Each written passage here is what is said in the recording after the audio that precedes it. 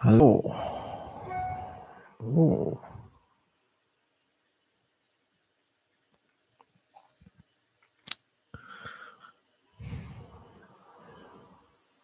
Suman Adak is saying you are audible.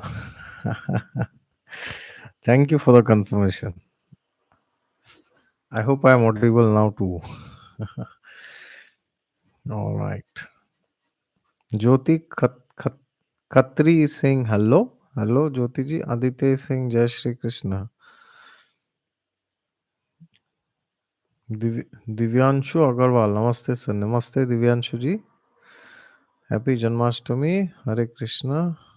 Yes, thank you very much for all your wishes for Janmashtami and um, the special month that has started. And I had made a post in my community page and in Facebook and in Instagram about the fruit seller and Lord Krishna. How the fruit seller, she was an old lady who had given so many fruits to Lord Krishna without thinking of herself. And let me read out the post once again for those who have missed. Um This story is from the 10th canto of Srimad Bhagavatam. And this story says when the fruit vendor came to Vrindavan, Krishna took some grains and immediately went as if to barter with her. On the way, he dropped most of the grains. Still, the fruit vendor filled Krishna's hands with fruits, and immediately her basket became filled with jewels and gold. From this incident, one should learn that for anything offered to Krishna with love, affect, and affection, Krishna can reciprocate many millions of times over, both materially and spiritually. Srimad Bhagavatam 10th canto, 11th chapter, 11th verse, 10.11.11. All right, so this is a very interesting pastime which happened during Krishna Lila, and then there are so many pastimes. Now I see so many people have joined. Shivam Sadev is join. He's saying so. So what is this live session for? All right, so I thought we can discuss a bit from the 10th canto of Srimad Bhagavatam, which is exclusively dedicated to Lord Krishna. And I thought we can discuss on the eighth chapter. So the title of the eighth chapter is Lord Krishna shows the universal form within his mouth.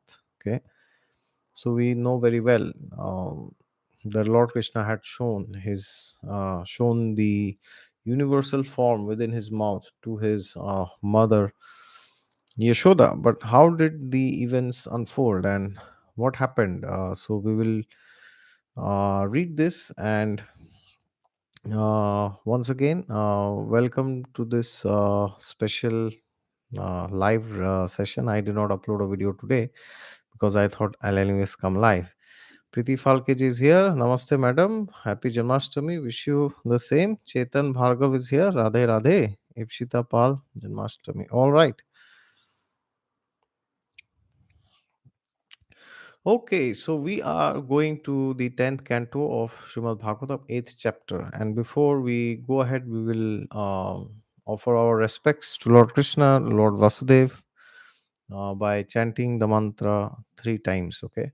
Om Namo Bhagavate Vasudevaya. Om Namo Bhagavate Vasudevaya. Om Namo Bhagavate Vasudevaya. And then we will chant a mantra. This is not a mantra, like this is generally chanted before we read the Srimad Bhagavatam. All right, this offers obeisances to Maharishi Vyas, Lord Krishna, Arjuna, and so it's a very divine prayer. You can also recite with me. Okay. Narayanam namaskrityam naram chaiva narottamam devim saraswatim vyasam tato jayam udirayet nashtaprayeshu abhadreshu नित्यं भागवत सेवया भगवतीरुत्तम श्लोके भक्तिर्भवति नैष्ठिकी कृष्णाय वासुदेवाय देवकी नंदनाय च नंदगोपकुमाराय गोविंदाय नमो नमः. All right, so Lord Krishna shows the universal form within his mouth. Very interesting chapter. Are you with me for today? All right, let's start without any further delay. Srila Sukdev Goswami said, Sukdev Goswami is narrating the Srimad Bhagavatam to Parikshit Maharaj and all the assembled sages there in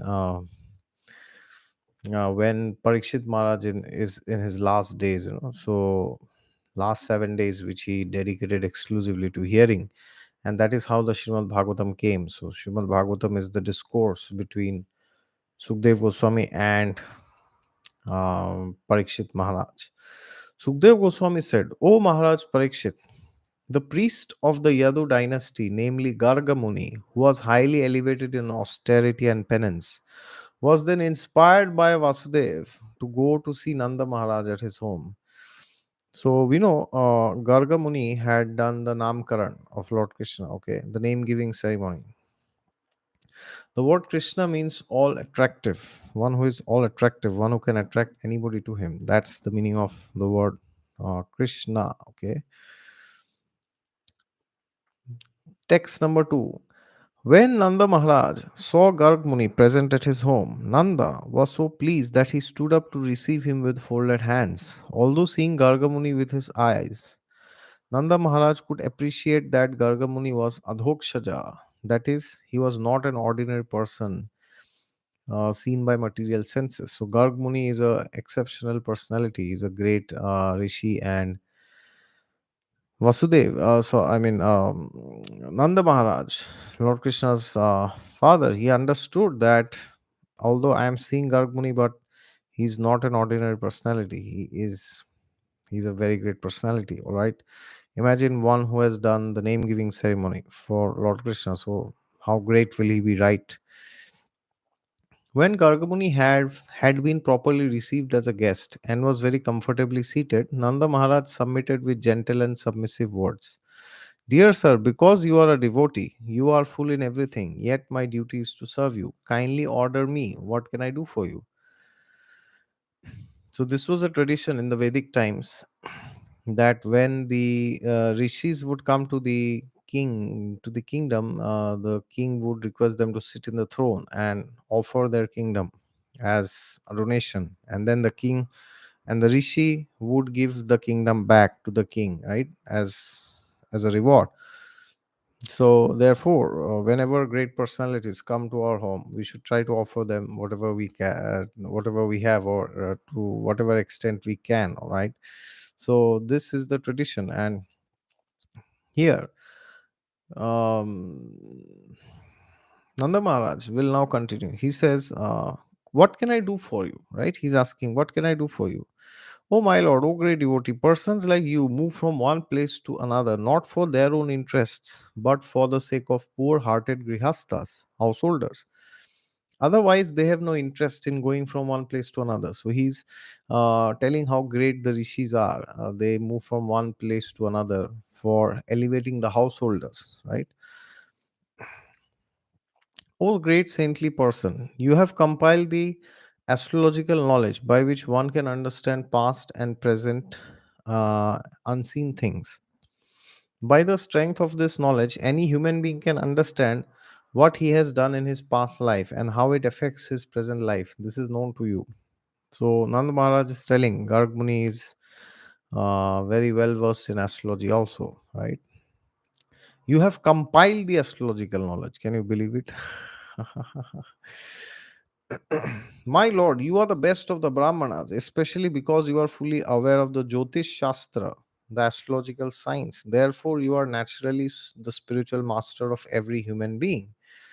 This being so, since you have kindly come to my house, kindly execute the reformatory activities for my two sons, right? Krishna and Balaram, he's telling, do the reformatory activities like the samskaras which are to be performed, right?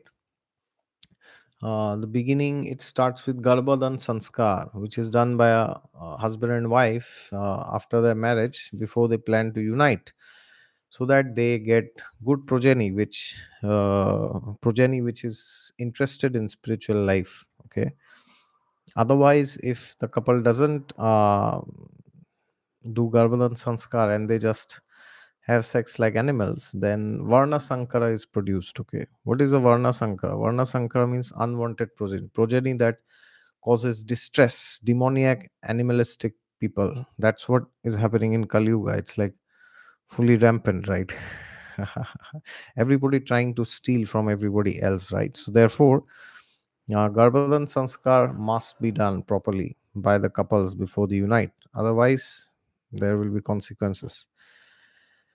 So now he's requesting, then after Gabalan Sanskar, no, there are like total 16 Sanskar. The last one is Antim Sanskar, and then there is Namkaran Sanskar and all this. So Garg Muni said, "My dear Nanda Maharaj, I am the priestly guide of the Yadu dynasty. This is known everywhere. Therefore, if I perform the purificatory process for your sons, Kamsa will consider them as sons of Devaki." Okay. So Garg Muni was the priest of the Yadu dynasty. Okay. Now, therefore, he said, if I do the Namkaran, then Kamsa will come to know, and then he will come and try to harm your sons, right, Krishna and Balram. All right, somebody is asking a question here. Praveen Karkodia, one stupid question. I have recently heard from some acharya that the birth tithi of Krishna is not mentioned anywhere in Upanishads, and it is because Sri Krishna is neither born nor died. See, this is true that Lord Krishna is never born, okay? He doesn't take birth like you and me. He appears. Therefore, Janmashtami is not Lord Krishna's birthday, okay? He is divine. He doesn't take birth, okay? Krishna says in Gita, Janma karamacha me divyam evam vyod vetti tattvataha tyaktva deham punarjanma naiti mameti sorjuna. He says, my janma and karma, it's divine, okay? I do not take birth like uh, humans or animals. That's what he says, right? So he appears. It's like the example acharyas give is of the sun. The sun doesn't take bath every morning, right? The sun is always there. It's like the sun appears. Okay. So he's always there. So he doesn't take bath. Now regarding the birth tithi of Krishna, it is not mentioned. Well, it is mentioned in the Srimad Bhagavatam. So I don't know which acharya has said, but unfortunately he or she is spreading misinformation. So better is not to hear. Okay, so today is Ashtami Tithi, and of course I'll not go into the details. Yeah, moon is also in Rohini today. Okay, so and his birth nakshatra was also Rohini, and it was also Ashtami. Okay, but the nakshatra can be different sometimes. Okay, every year, but the tithi, the degree has to be same. All right. Now the thing is, Garg Muni said that because if I do the Namkaran, then they will come, Kamsa will come to know, and he will come to kill both of his sons. Now he says, Kamsa is both a great diplomat and a very sinful person. Therefore, having heard from Yogamaya, the daughter of Devaki, and that the child who will kill him has already been born somewhere else, having heard that the eighth pregnancy of Devaki could not bring forth a female child, and having understood your friendship with Vasudev, Kamsa, upon hearing the purificatory processes, hearing that the purificatory process have been performed by me, the priest of the Yadu dynasty, may certainly consider all these points and suspect that Krishna is the son of Devaki and Vasudev. Therefore, he might take steps to kill Krishna. That would be a catastrophe. So, there was this prophecy when Devaki and Vasudev got married that the eighth child of Devaki will kill you, Kamsa. You are a fool, right? So, but and therefore Kamsa went on a rampage by killing all the sons of Devaki, all the children. And then we know how Yogamaya transferred Balram to Rohini's womb. Okay, and then that's like a miscarriage. And then when the eighth child was born, and then Krishna was taken from the jail to Nanda Maharaj, right? And by Vasudev, of course. And he thought that, yeah, this is a female child, and then he took that female child which was bought in exchange, and he tried to hammer it, hammer the child, and then the child went up and goddess Durga appeared and say that your killer has already been born somewhere else. Okay. Nanda Maharaj said, "My dear great sage, if you think that you are performing this process of purification will make Kamsa suspicious, then secretly chant the Vedic hymns and perform the purifying processes of second birth here in the cowshed of my house, Goshala, that means, without the knowledge of anyone else, even my relatives, for this process of purification is essential." See, so many times in India nowadays, people do not give importance to these rituals, right? They say, oh yeah, what is all this needed, just give some name and that's it. No, it should not be done this way. Okay, because the name is a very powerful thing, because the name always has the vibration, imagine, for this life. Okay, so if the good name is given as per your horoscope and your tradition, and and a good priest or a good astrologer, then it always benefits the child. Okay. So he requested that, therefore, having thus been requested especially by Nanda Maharaj to do that which he already desired to, Garg Muni performed the name giving ceremony of Krishna and Balaram in a solitary place. So they did it secretly where nobody would know. Garg Muni said, "This child, the son of Rohini," who is the son of Rohini? It's Balaram, of course. Balaramji, Lord Krishna's elder brother. Garg Muni said, "This child, the son of Rohini, will give happiness to his relatives and friends by his transcendental qualities. Therefore, he will be known as Ram. And because he will manifest extraordinary bodily strength, he will also be known as Bala. Moreover, because he unites two families, Vasudev's family and the family of Nanda Maharaj, he will be known as Sankarshan." Okay. So this is Balaramji himself. Your son Krishna appears as an incarnation in every millennium. That's what Gargmuni is telling here. In the past, he assumed three different colors: white, red, and yellow. And now he has appeared in a blackish color. In another Dwapar Yuga, he appeared as Lord Ramachandra in a color of Sukha, parrot. Lord Ram was green in color. Okay, all such incarnations have now assembled in Krishna. So Lord Krishna has appeared in three different colors, right? Green, we know. When did he appear in white, red, and yellow? Let me see who can write in the chat or in the comments. For many reasons, the beautiful son of yours sometimes appears previously as the son of Vasudev. Therefore, those who are learned sometimes call this child Vasudev, son of Vasudev. Okay. For this son of yours, there are many forms and names according to his transcendental qualities and activities. These are known to me, but people in general do not understand them.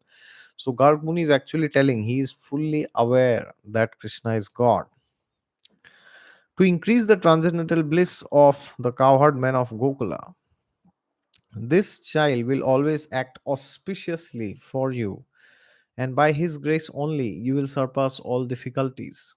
O Nanda Maharaj, as recorded in history, when there was an irregular, incapable government, Indra having been dethroned, and people were being harassed and disturbed by thieves, this child appeared in order to protect the people and enable them to flourish. And he curbed the rogues and thieves. So Krishna, Vishnu always takes avatars to kill the demons and free the pious people, as he says in the Gita. Na? Yada yada hi dharmasya glanir bhavati bharata abhyuthanam adharmasya tadatmanam sijamiham paritranaya sadhunam vinashaya chudishkritam dharma sansthapanarthaya sambhavami yuge yuge.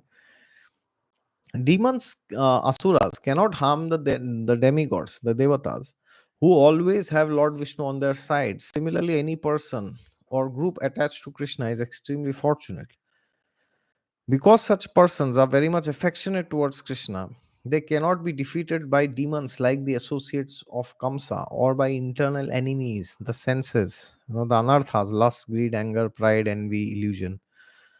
In conclusion, therefore, O Nanda Maharaj, this child of yours is as good as Narayan in his transcendental qualities, opulence, name, fame, and influence. He is exactly like Narayan. You should all raise this child very carefully and cautiously.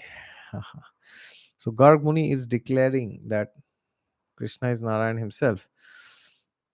Srila Sukdev Goswami continued. After Garg Muni having instructed Nanda Maharaj about Krishna, departed from his own home, Nanda Maharaj was very pleased and considered himself full of all good fortune. Okay. So then Garg Muni, he left. Now, Nanda Maharaj was very pleased and he considered himself full of all good fortune.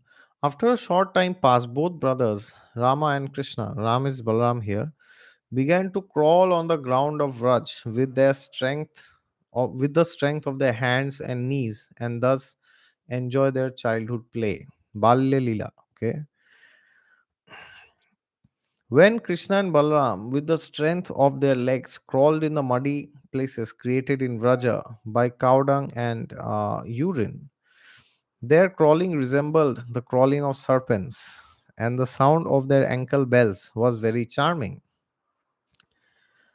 Very much pleased by the sound of other people's ankle bells, they used to follow these people as if going to their mothers. But when they saw that these were other people, they became very afraid and they returned to their real mothers, Yashoda and Rohini.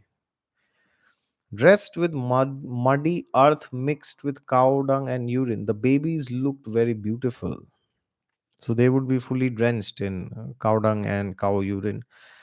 Uh, and when they went to their mothers, both Yashoda and Rohini picked them up with great affection, embraced them, and allowed them to suck the milk flowing from their breasts.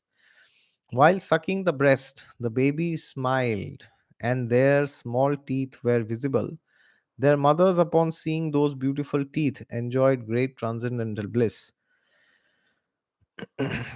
Within the house of Nanda Maharaj, the cowherd ladies would enjoy seeing the pastimes of the babies Rama and Krishna. The babies would catch the ends of the calves' tails, the small cows, and the calves would drag them here and there, right? Catching the calf's tail from behind. When the ladies saw these pastimes, they certainly stopped their household activities and laughed and enjoyed the incidents.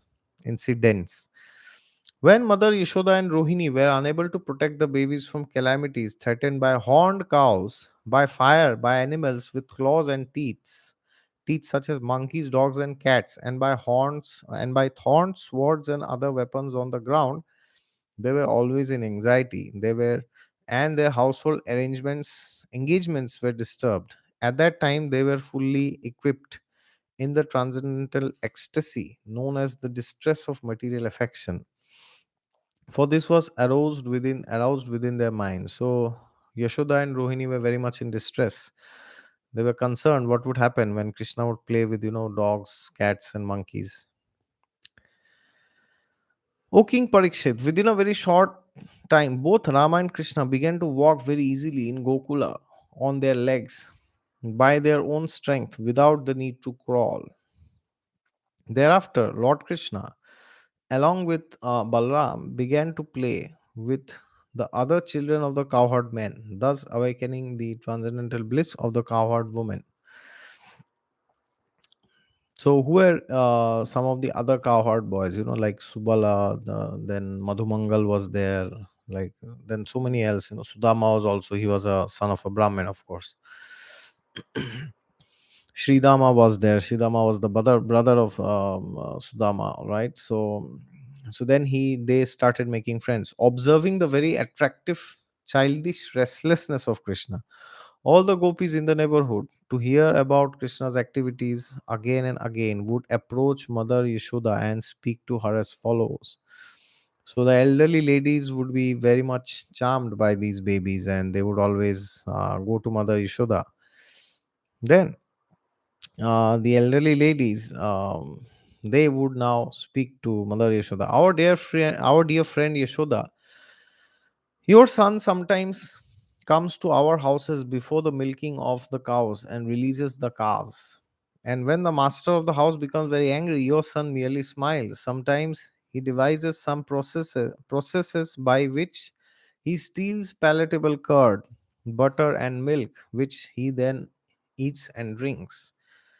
Then the monkeys assemble.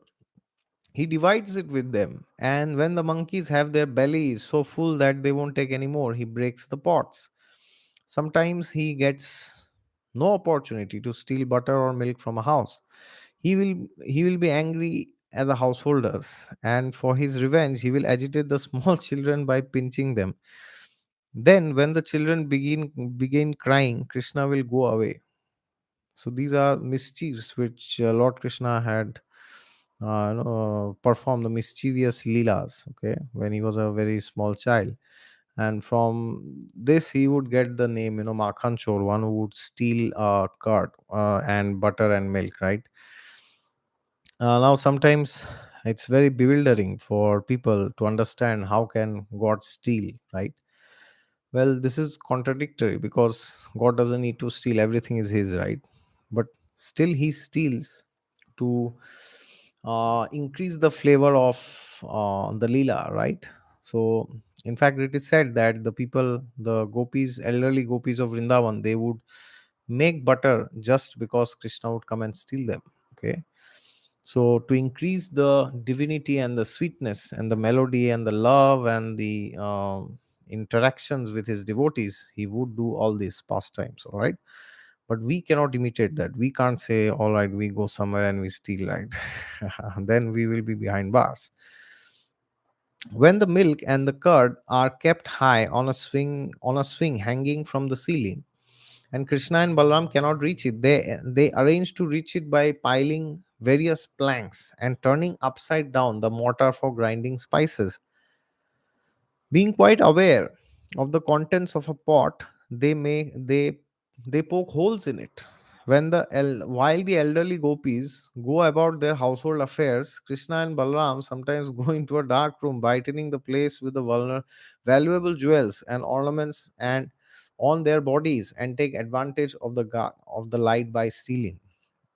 So when there was a dark room, they would go and, with the jewels, they would light up the place and then they would steal like that. Okay, and sometimes they would also pinch the small babies who would be there in their houses, right?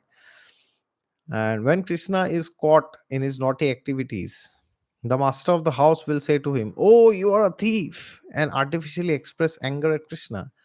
Krishna will then reply, "I am not a thief, you are a thief." Sometimes, being angry, Krishna passes urine and stool in a neat, clean place in our houses.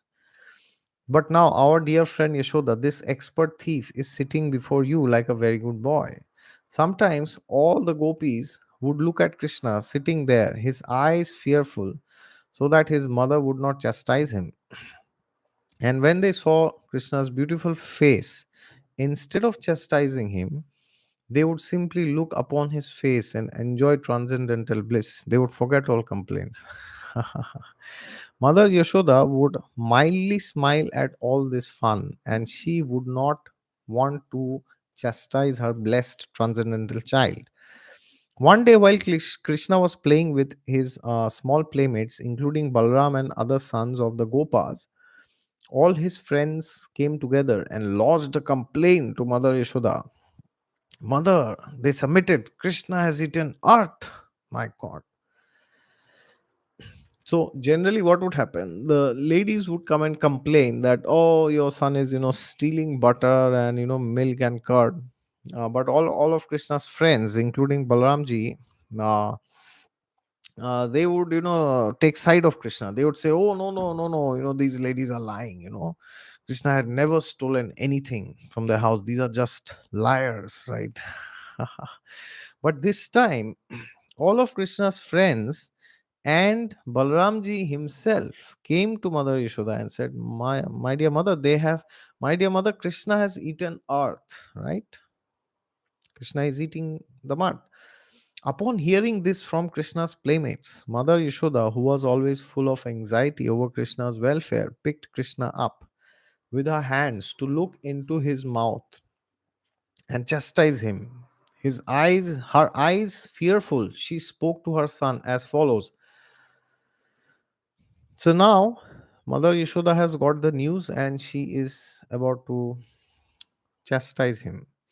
Upon hearing this, dear Krishna, why are you so restless that you have eaten dirt in a solitary place? This complaint has been lodged against you by all your playmates, including your elder brother Balram. How is this? So, Mother Yashoda is telling, look, this time it's not the other ladies, this time it's your friends and your elder brother Balram. So, there must be some truth to it. How will you escape this time? Mother Yashoda challenged Krishna, if you have not eaten, oh, sorry, Lord Krishna replied, my dear mother, I have never eaten dirt. All my friends complaining against me are liars. If you think that they are being truthful, you can directly look into my mouth and examine it. Mother Yashoda challenged Krishna, if you have not eaten earth, then open your mouth wide. When challenged by his mother in this way, Krishna, the son of Nanda Maharaj and Yashoda, to exhibit his pastimes like a human child, opened his mouth.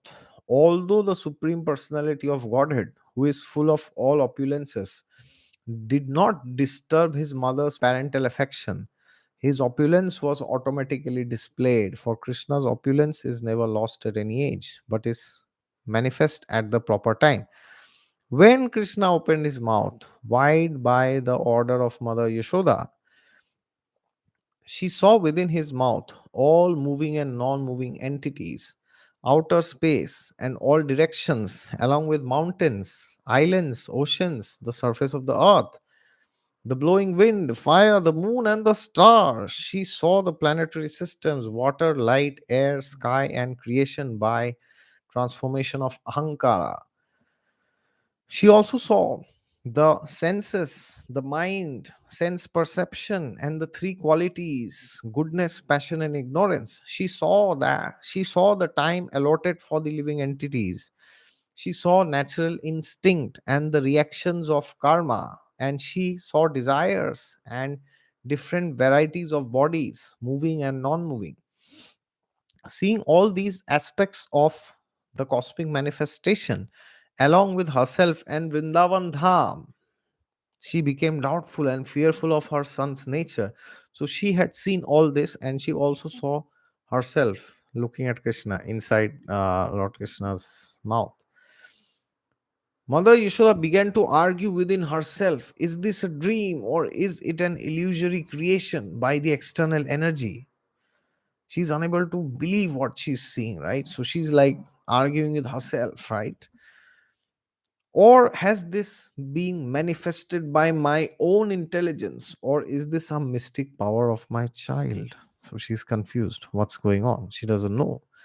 Therefore, let me surrender unto the Supreme Personality of Godhead and offer my obeisances unto Him who is beyond the conception of human speculation, the mind, activities, word, and arguments, who is the original cause of this cosmic manifestation, by whom the entire cosmos is maintained, and by whom we can conceive of its existence. Let me simply offer my obeisances, for He is beyond my contemplation, speculation, and meditation. He is beyond all of my material activities. It is by the influence of the Supreme Lord's Maya that I am wrongly thinking that Nanda Maharaj is my husband, that Krishna is my son, and that because I am the queen of Nanda Maharaj, all the wealth of the cows and calves are my possessions, and all the cowherd men and wives are my subjects.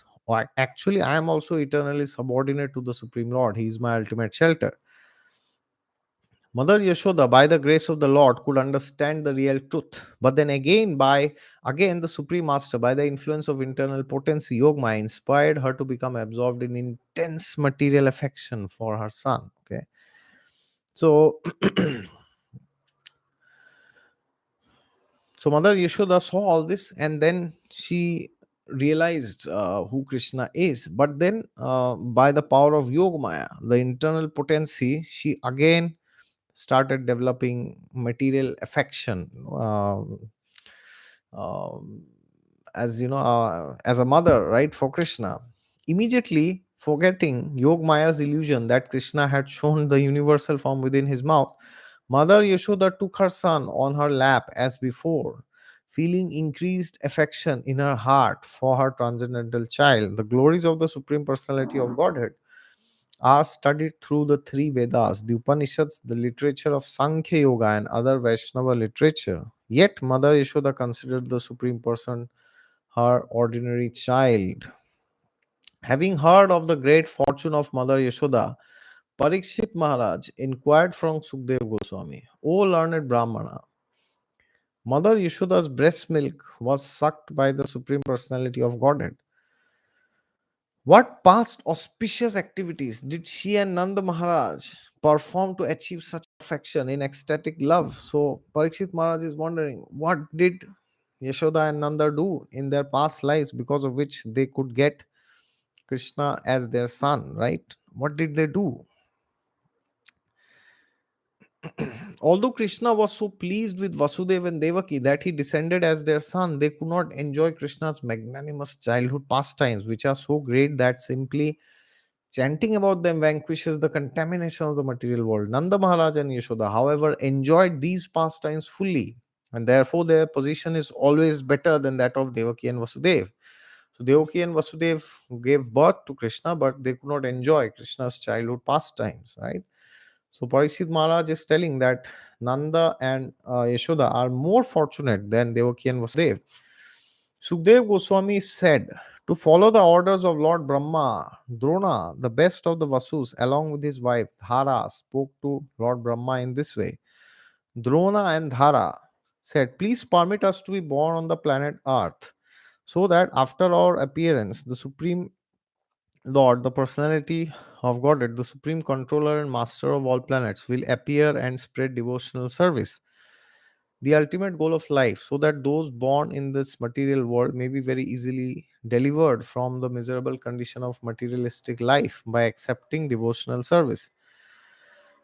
When Brahma said, yes, let it be so, the fortunate Drona, who was equal to Bhagavan, appeared in Vrajapura, Vrindavan, as the most famous Nanda Maharaj, and his wife Dhara appeared as Mother Yashoda. Thereafter, O Maharaj Parikshit, best of the Bharatas, when the Supreme Personality of Godhead became the son of Nanda Maharaj and Yashoda, they remained continuous, unswerving devotional love. They maintained continuous and unswerving devotional love in parental affection. And in their association, all the other inhabitants of Vrindavan, the Gopas and Gopis, developed the culture of Krishna Bhakti. Then the last shloka. Thus, the Supreme Personality, Krishna, along with Balram, lived in Vrajbhumi, Vrindavan, just to substantiate the benediction of Brahma. By exhibiting different pastimes in his childhood, he increased the transcendental pleasure of Nanda and the other inhabitants of Vrindavan. Right? So, this is the beautiful story of Garg Muni giving Lord Krishna his name. And of course, Mother Yashoda seeing the entire universal form, right? So today we saw how beautifully the Namkaran Sanskar was performed, although bit in secrecy, but it was performed, right? And it should be performed for everybody. Okay. And then we see how Yashoda Mai was so fortunate that she had seen the entire universe, but Lord Krishna's Yog Maya potency had covered her to feel as if, oh, Krishna is just a child, okay, her child, not any child. And then she again came into this illusion that Krishna was her child, and then she started developing affection for him again. All right, and most importantly, we see how during his childhood he would do so many pranks and so many naughty activities, and by that he would be the heart of every home in Vrindavan, right?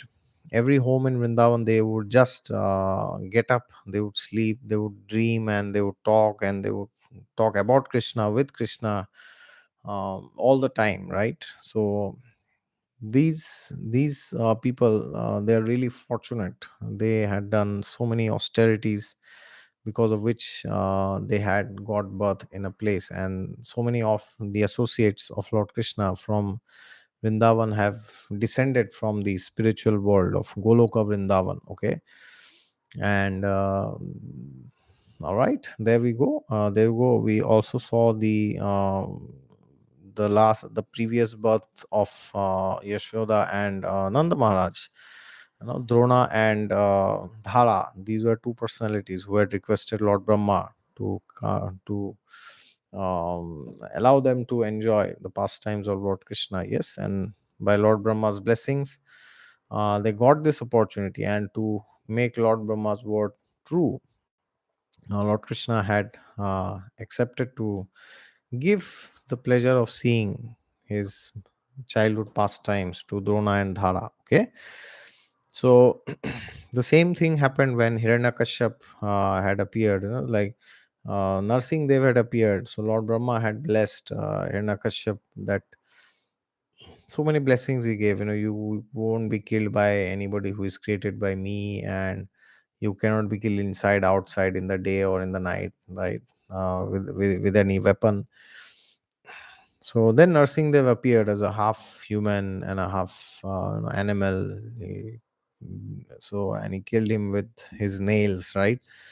So to make Lord Brahma's words true, Lord Narsingdev appeared in that particular way. Okay, I mean Lord Vishnu appeared as Narsingdev. All right, so today is the most auspicious occasion of Janmashtami, and I'm very sure most of you would have done so many spiritual activities today.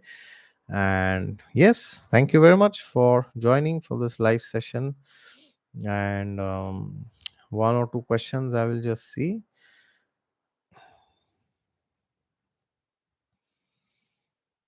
PR Gaming Studios. Hello, bhai. I am from Malaysia. Great to know that. Malaysia. Praveen ji is saying thank you for taking my question. My pleasure. Govardhan Shetty, why did Krishna never goes back to Vrindavan after killing Kamsa?